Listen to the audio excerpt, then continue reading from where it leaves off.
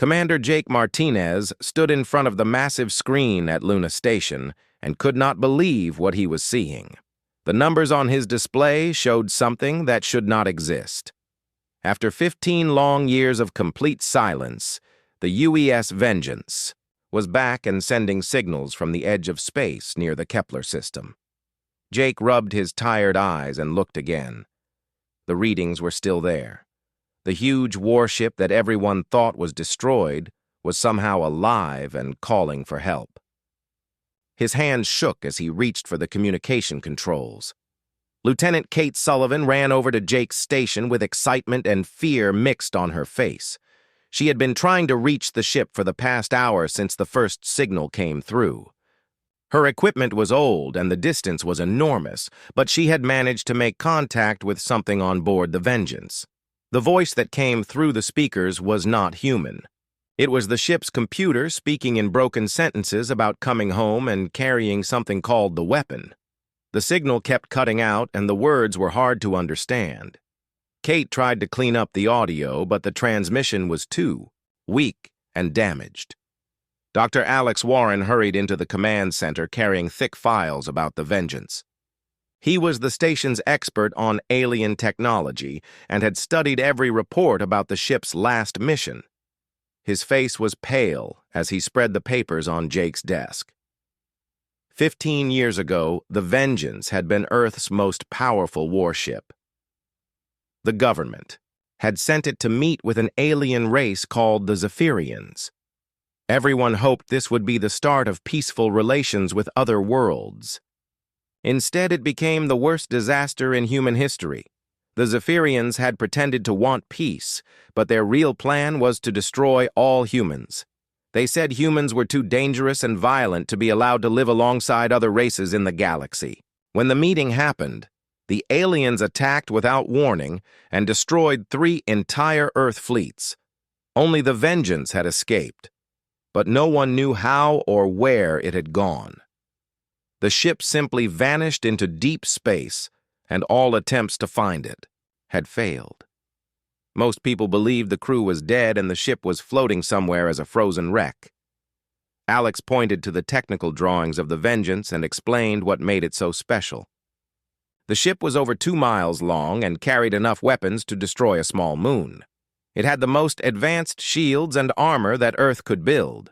The crew of 800 was made up of the best soldiers and scientists humanity had to offer, but the new sensor readings showed that the ship coming toward Earth was different. The hull had been changed and covered with materials that did not match anything in Earth's databases.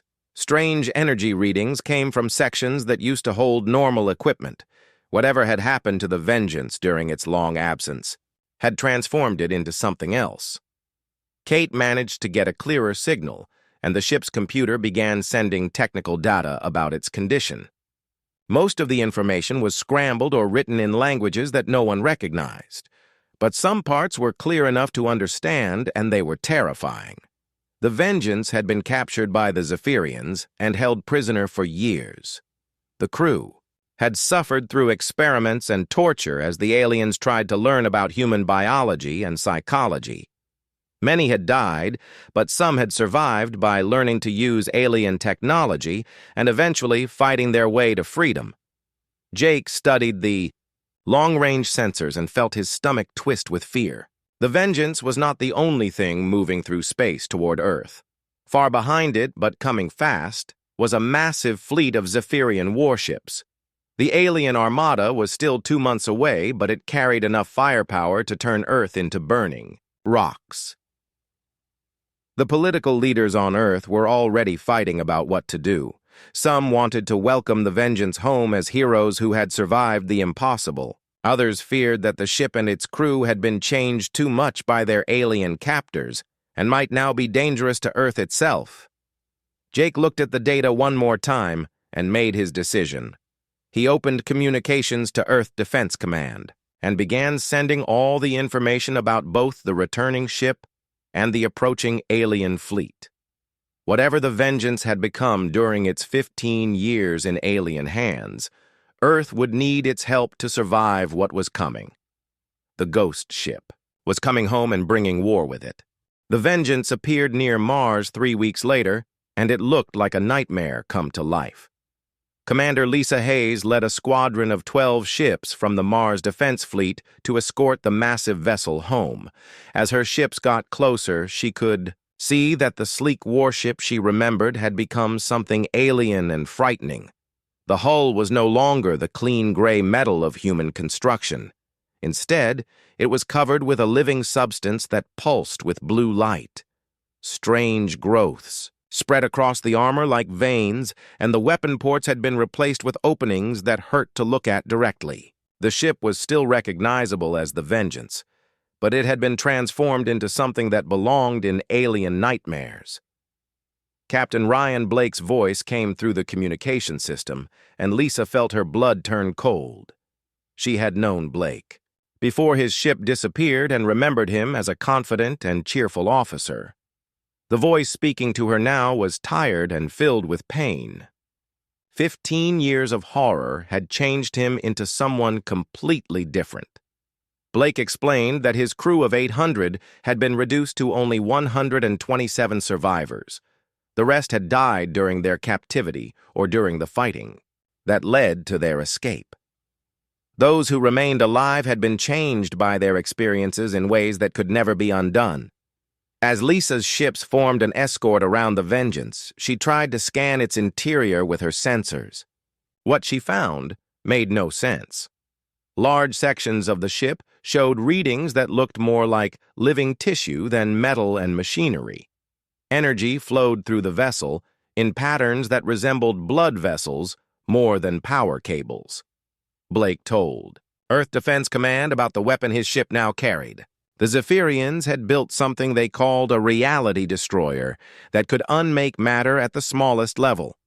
It did not just blow things up like normal weapons. Instead, it removed them from existence completely, as if they had never been created at all. The captain's report about their 15 years of captivity was almost too horrible to believe.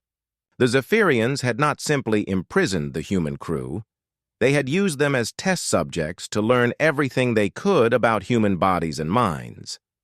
The aliens wanted to understand what made humans so adaptable and dangerous compared to other races they had encountered, but the Zephyrians had made a terrible mistake. They had underestimated the human ability to survive and learn even under the worst conditions. Over the years, the prisoners had studied their captors and slowly figured out how their technology worked. They had pretended to be broken and helpless, while secretly planning their escape. The breakthrough came when some of the crew volunteered to let the aliens implant Zephyrian technology directly into their bodies. This was incredibly dangerous, and many died from the procedure. But those who survived gained the ability to interface directly with alien machines and weapons systems. Blake's voice became even more strained as he described the final battle for freedom.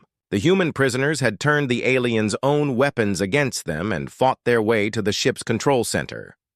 The fighting had been savage, and most of the Zephyrian crew had been killed. Those who survived had fled in escape pods, rather, than faced the transformed humans. Lisa watched through her viewports as docking tubes extended from the Vengeance to connect with her flagship. She was about to meet the survivors and see for herself what they had become. Blake had warned her that his crew no longer looked entirely human, but she was not prepared for what walked through the airlock. The man who entered her ship had Blake's face and voice, but his eyes glowed with an inner light that was definitely not human. Metal filaments ran under his skin like silver tattoos, and when he moved his head, she could see circuits embedded in his skull. He was still recognizably human, but he had become something more and something less at the same time. Blake saw her shock and smiled sadly.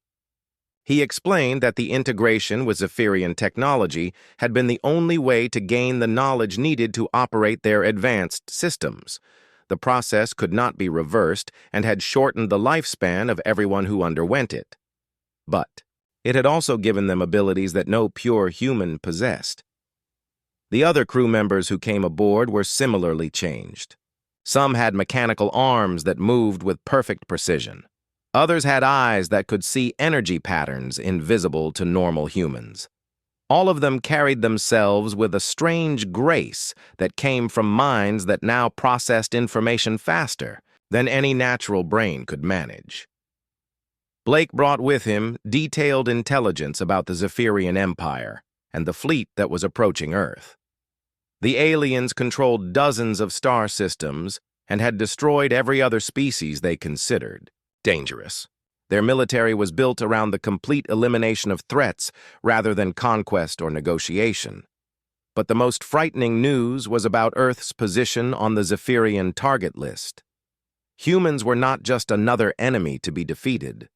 They were seen as the greatest threat the aliens had ever encountered because of their ability to adapt and overcome any challenge. The approaching fleet carried orders to make sure that no human survived anywhere in the galaxy. As Lisa listened to Blake's report, she began to understand the terrible choice facing Earth. The Vengeance carried a weapon that could destroy the alien fleet, but using it would require the crew to sacrifice more of their humanity. Each time the reality destroyer was fired, it burned away more of the operator's mind and body. The ship docked at Earth Defense Command's main station, and Blake prepared to meet with the planet's military leaders. He carried with him the knowledge and power to save Earth from total destruction, but he also carried the proof that victory would come at a price that might transform humanity into something unrecognizable. General Paul Foster sat at the head of the conference table in the underground war room beneath Geneva and studied the faces of Earth's military leaders. The emergency meeting had been going on for 6 hours, and no one could agree on what to do about the Vengeance and its transformed crew.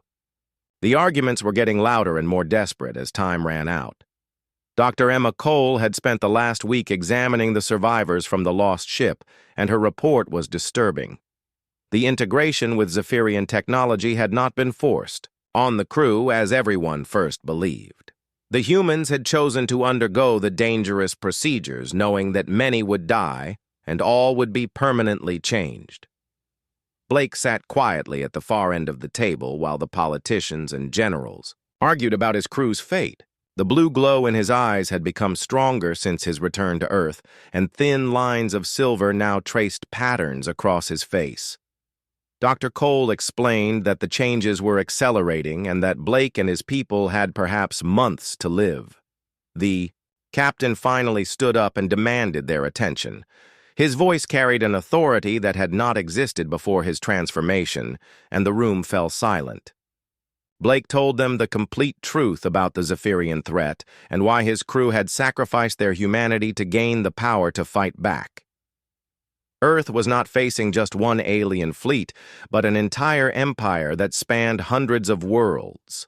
The Zephyrians had been expanding across the galaxy for thousands of years and had destroyed every species they encountered that showed signs of dangerous evolution. Their military doctrine was simple: eliminate threats before they could become powerful enough to fight back. Humanity had reached the top of their extermination list, not because humans were particularly warlike, but because they were too adaptable. Other races followed predictable patterns of development, but humans constantly found new solutions to old problems. The Zephyrians feared that eventually humans would evolve beyond their ability to control or destroy. Blake activated a holographic display that showed technical specifications for the weapon now mounted in the Vengeance's core. The null generator was unlike anything Earth's scientists had ever imagined. Instead of destroying targets with explosions or energy beams, it erased them from reality at the quantum level. Ships hit by the weapon did not explode or burn. They simply stopped existing, as if they had never been built. Dr. Cole asked about the cost of operating such a device, and Blake's expression became even more grim. Each time the null generator fired, it required a human operator to channel energies that were never meant to flow through biological nervous systems. The process burned away brain tissue and shortened the operator's remaining lifespan by years. The crew of the Vengeance had found ways to share the burden by linking their enhanced minds together, but even this only delayed the inevitable. Blake estimated that his people could fire the weapon perhaps 20 times before the last of them died from the neural damage. It would be enough to destroy the approaching Zephyrian fleet, but it would also mean the end of everyone who had made their sacrifice possible. General Foster asked why they should trust a weapon built by their enemies, and Blake's answer surprised everyone in the room. The null generator had not been created by the Zephyrians. They had taken it from another species they had destroyed long ago. The aliens were afraid of the device and only used it when facing opponents who could not be defeated through conventional warfare. The moral debate that followed split Earth's leadership into two camps. Admiral Grace Turner argued that using such a weapon would make humanity no better than the aliens trying to destroy them. The power to erase something from existence completely was too dangerous for any species to possess and should be destroyed, rather than used. Blake and his supporters disagreed. They had seen what the Zephyrians did to species that refused to fight with every weapon available. The aliens showed no mercy to enemies who held back out of moral concerns. Earth's survival was more important than philosophical debates about the proper limits of warfare. Dr. Cole presented her analysis of the crew's medical condition and the timeline they were facing. The Zephyrian fleet would arrive in 6 weeks. The Vengeance needed at least 2 weeks to prepare the null generator for combat operations. That left only 4 weeks to decide whether Earth would use its most powerful weapon or try to find another solution. The transformed crew members were already showing signs of system failure as their hybrid biology struggled to maintain the delicate balance between human and alien components. Several had collapsed during the past few days, and Dr. Cole did not expect them to survive much longer without medical intervention that Earth's technology could not provide.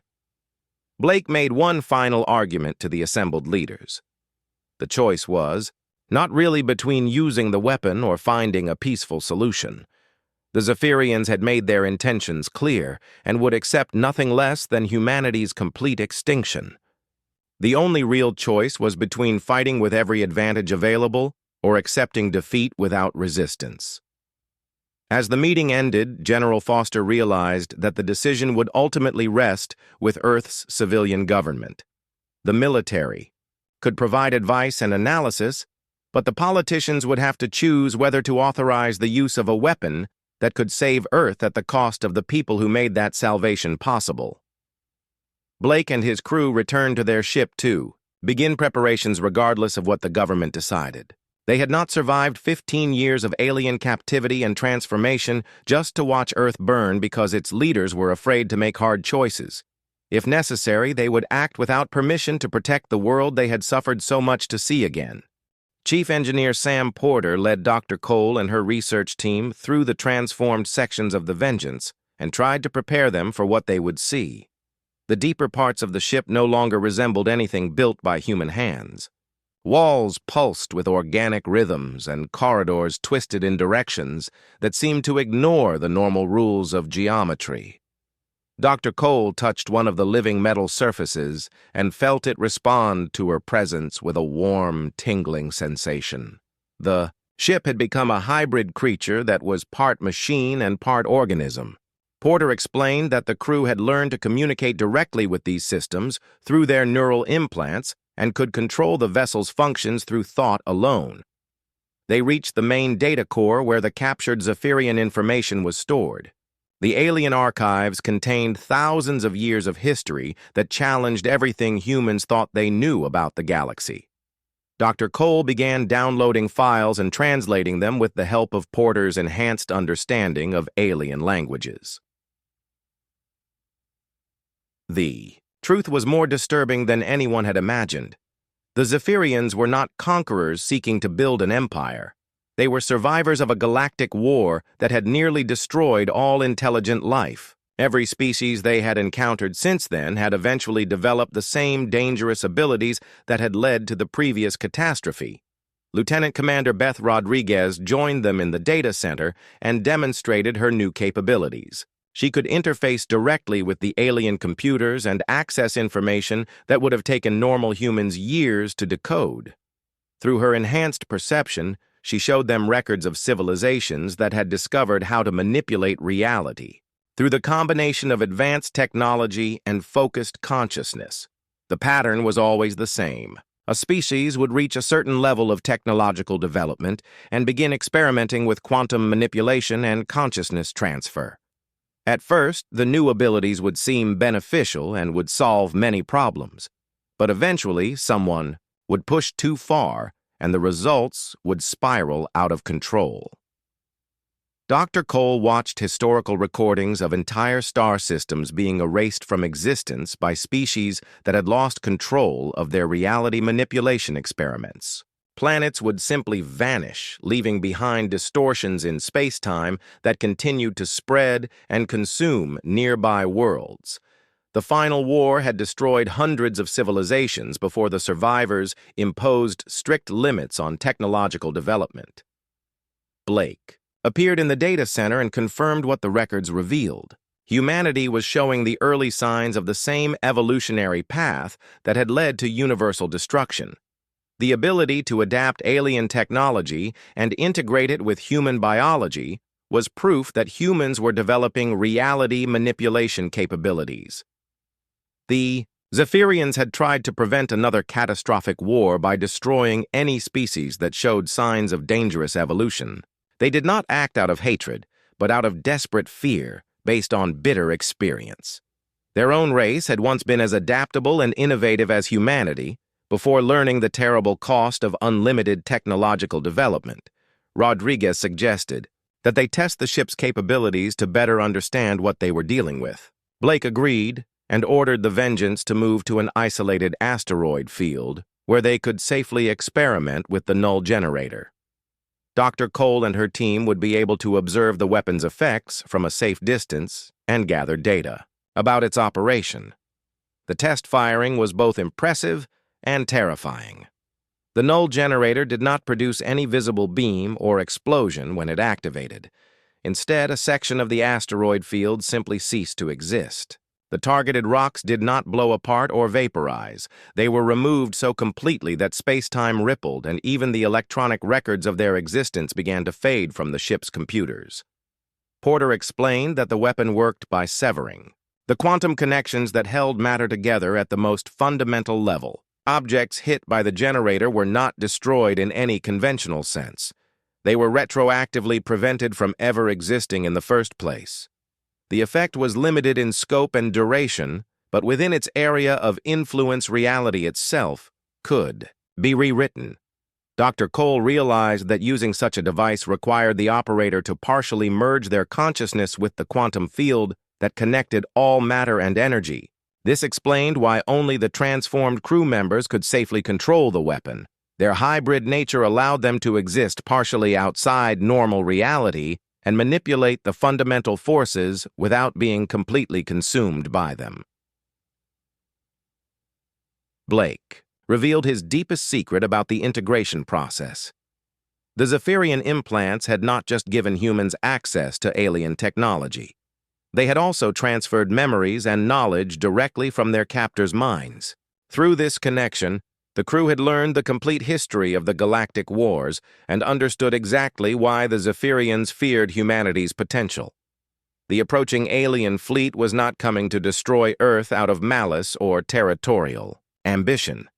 They were coming because they genuinely believed that allowing humanity to continue evolving would eventually lead to another universal catastrophe. The Zephyrians saw themselves as the guardians of galactic stability and viewed the extermination of dangerous species as a necessary sacrifice to prevent greater destruction. Rodriguez accessed deeper files in the alien database and discovered something that changed everything. The reality manipulation abilities that had caused the previous wars were not inherently destructive. The catastrophe had occurred because each species had tried to use the power alone and had lost control when they pushed beyond their limitations. The crew of the Vengeance had found a different approach. By sharing the burden across multiple linked minds, they could use the null generator without losing their sanity or triggering uncontrolled reality distortions. They had evolved beyond the mistakes that had destroyed previous civilizations by learning to work together instead of seeking individual power. Blake made a decision that would determine the fate of both species. Instead of simply destroying the approaching Zephyrian fleet, he would try to demonstrate that humanity had found a way to control the dangerous power safely. If successful, it might convince the aliens that humans could be trusted with reality, manipulation technology. If it failed, then at least Earth would be defended by the most powerful weapon in the galaxy. The Zephyrian armada dropped out of faster-than-light travel near Jupiter, and Admiral Grace Turner felt her heart sink as the enemy ships appeared on her tactical display. 200 massive warships, accompanied by countless smaller vessels, filled the space around the gas giant. Her own fleet of 47 ships looked pitifully small in comparison, but they were all that stood between the aliens and Earth. Turner had positioned her forces in a defensive formation that would force the Zephyrians to fight their way through multiple layers of resistance. The plan was to buy time for civilian evacuations and to make the aliens pay a heavy price for every mile of space they claimed. Everyone knew it was a desperate strategy, but no one had been able to think of a better alternative. Captain Blake held the Vengeance at the center of the human formation, where its weapons could provide support to the smaller ships. His transformed crew worked at their stations with an efficiency that was both beautiful and disturbing to watch. Their enhanced minds processed battlefield information faster than any normal human could follow, and their responses were perfectly coordinated. The first exchange of fire was devastating for the human fleet. Zephyrian energy weapons cut through Earth's most advanced shields like they were made of paper. 3 destroyers exploded in the opening minutes, and 2 more were crippled beyond repair. The alien ships barely seemed to notice the return fire from human weapons. Blake opened a communication channel to the Zephyrian fleet commander and requested a meeting under the ancient protocols of warfare. Admiral Corvex Prime agreed to the discussion, but made it clear that nothing would change the aliens' determination to eliminate humanity completely. The conversation would only delay the inevitable by a few hours. The 2 commanders met in a neutral zone between the fleets using small shuttlecraft. Corvex was a tall being with silvery skin and large eyes that seemed to hold the weight of countless centuries. Blake could see the sadness in the alien's face, and realized that the Zephyrian leader took no pleasure in what he believed was necessary. Corvex explained that his species had once been very similar to humanity. They had been curious and adaptable, with a talent for incorporating new technologies into their civilization. But their innovations had eventually led them to discover reality manipulation abilities, and the results had been catastrophic for the entire galaxy. The conversation revealed the tragic nature of the conflict between their species. Corvex did not hate humans or consider them evil. He feared them because he recognized in humanity the same qualities that had once made his own people dangerous. The Zephyrians had become the self-appointed guardians of galactic stability after learning the terrible cost of unchecked technological development. Blake tried to explain that humanity had found a way to control the dangerous power without losing their sanity or triggering uncontrolled reality distortions. The crew of the Vengeance had learned to share the burden of operating reality manipulation technology across multiple linked minds. This prevented any individual from being overwhelmed by forces beyond their comprehension. But Corvex had heard similar arguments from other species before watching them destroy themselves and take entire star systems with them. He could not risk allowing humanity to continue developing when the cost of being wrong would be measured in the deaths of billions of innocent beings across dozens of worlds. The meeting ended without agreement, and both commanders returned to their fleets to prepare for the final battle. Turner's ships were already heavily damaged and running low on ammunition. The Zephyrian forces had barely been scratched and were moving into position for a coordinated assault that would overwhelm the remaining human defenses. Blake made his decision and activated the null generator while the alien fleet was still in formation. But instead of targeting the enemy ships, he aimed the weapon at a section of empty space between the 2 forces. The quantum field rippled, and a sphere of nothingness appeared where matter and energy had existed moments before. The demonstration had exactly the effect Blake had hoped for. The Zephyrian fleet stopped its advance, and Corvex demanded an explanation for what he had just witnessed. Blake explained that the weapon could have easily destroyed the entire alien armada, but that humanity chose to show restraint even when facing extinction.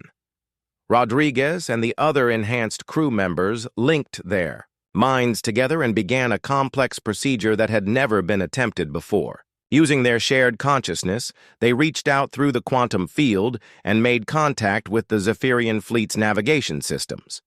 The aliens found their ships responding to human commands, despite all their security measures.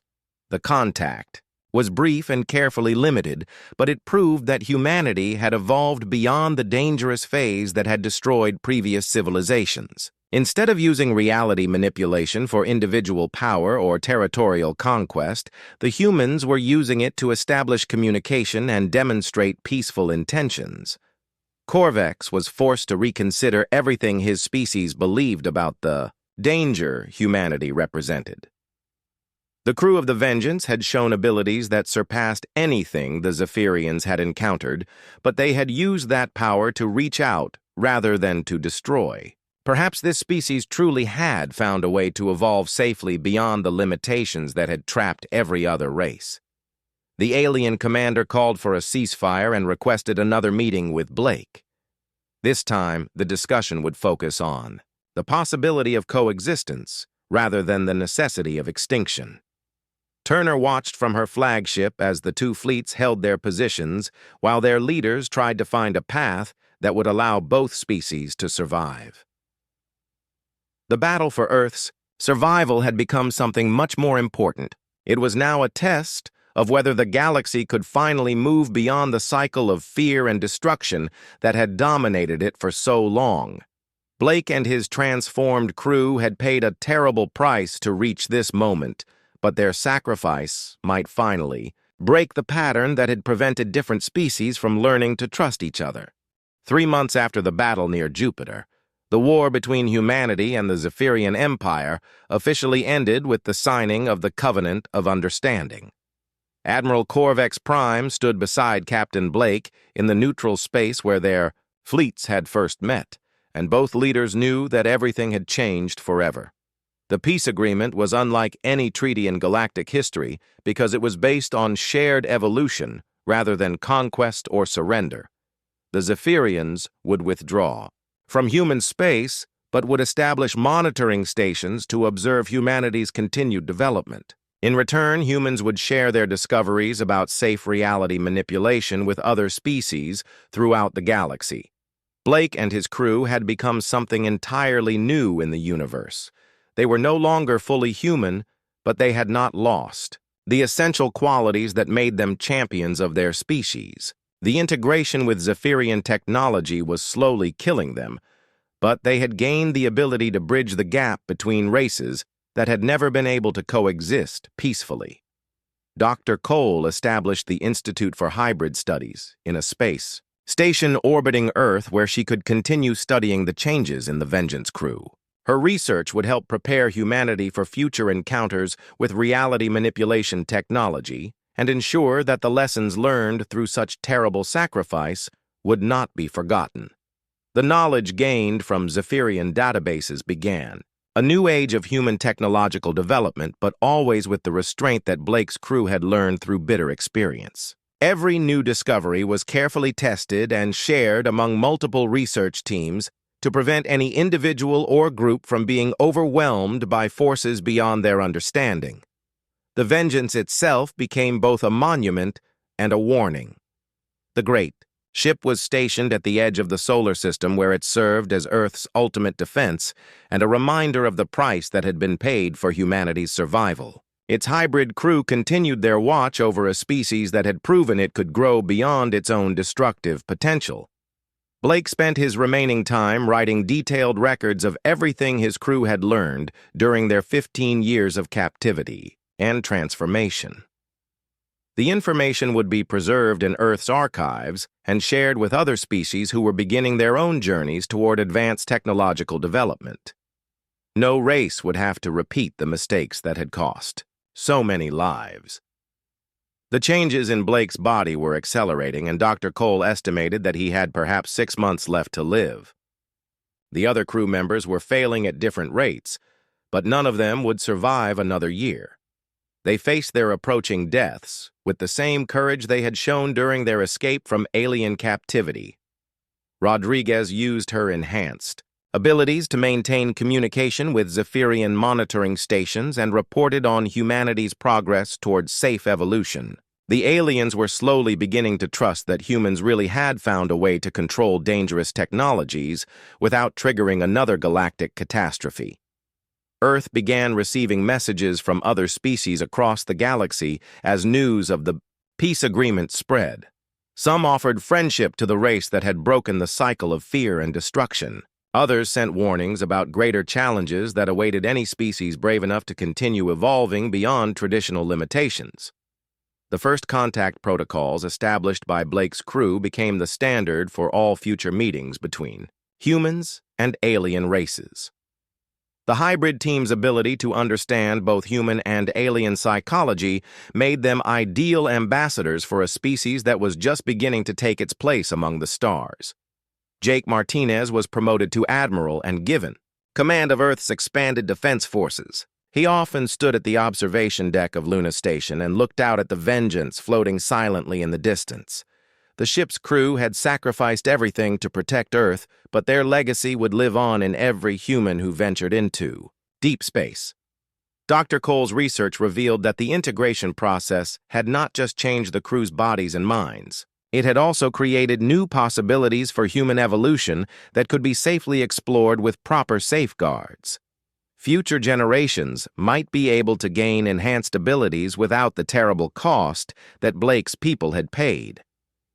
The Institute began, training volunteers who would undergo modified versions of the integration process. These new hybrids would serve as humanity's ambassadors to alien species and would help establish permanent peaceful relationships throughout the galaxy. The program was entirely voluntary and included extensive psychological evaluation to ensure that only the most stable individuals were selected. As Blake's condition continued to deteriorate, he spent more time in the ship's meditation chambers, where his enhanced consciousness could commune directly with the quantum field that connected all matter and energy. Through this connection, he could sense the presence of other evolving species and could sometimes offer guidance to those facing the same challenges that humanity had overcome. The final message from the Vengeance came 6 months after the peace treaty was signed. Blake used the ship's quantum communication system to broadcast a farewell to Earth and to the Zephyrian monitoring stations. He thanked both species for the opportunity to serve as a bridge between worlds and expressed his hope that the galaxy would continue to grow beyond the limitations that had prevented different races from working together. In the weeks that followed, the last of the transformed crew members died peacefully, knowing that their sacrifice had not been in vain. The Vengeance continued to patrol the edge of human space, but now it was operated by volunteers from both species working together to protect the peace they had all fought to achieve. Long-range sensors detected new signals from the galactic core, where ancient civilizations had gone dormant during the last universal war. These elder races were beginning to awaken and were drawn by reports of a species that had found a third path between destruction and stagnation. Humanity's greatest adventures were just beginning, and they would face them as part of a galactic community that had finally learned to trust rather than fear the potential for growth and change.